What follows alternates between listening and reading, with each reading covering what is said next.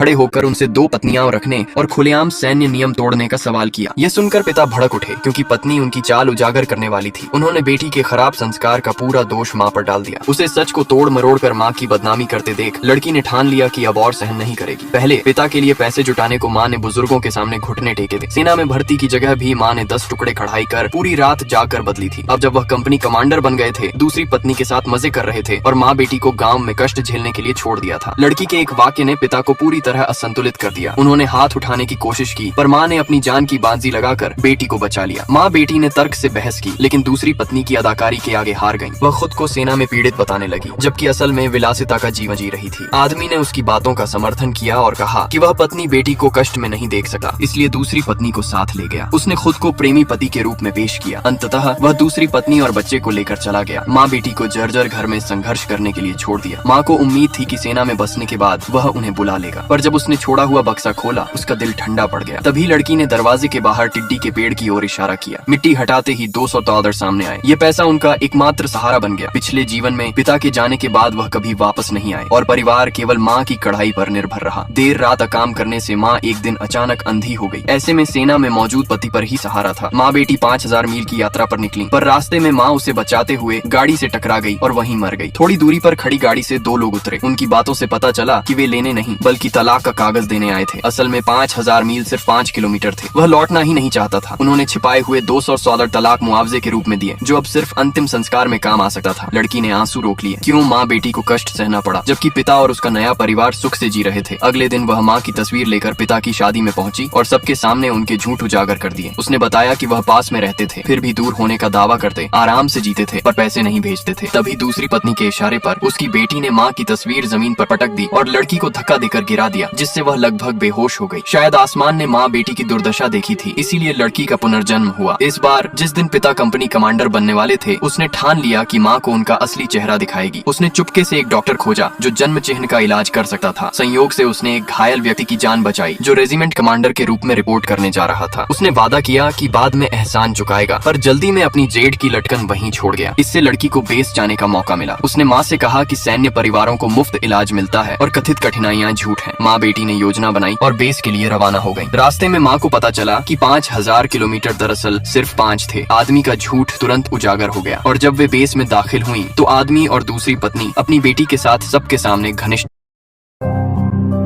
ये क्या कर रहे हैं?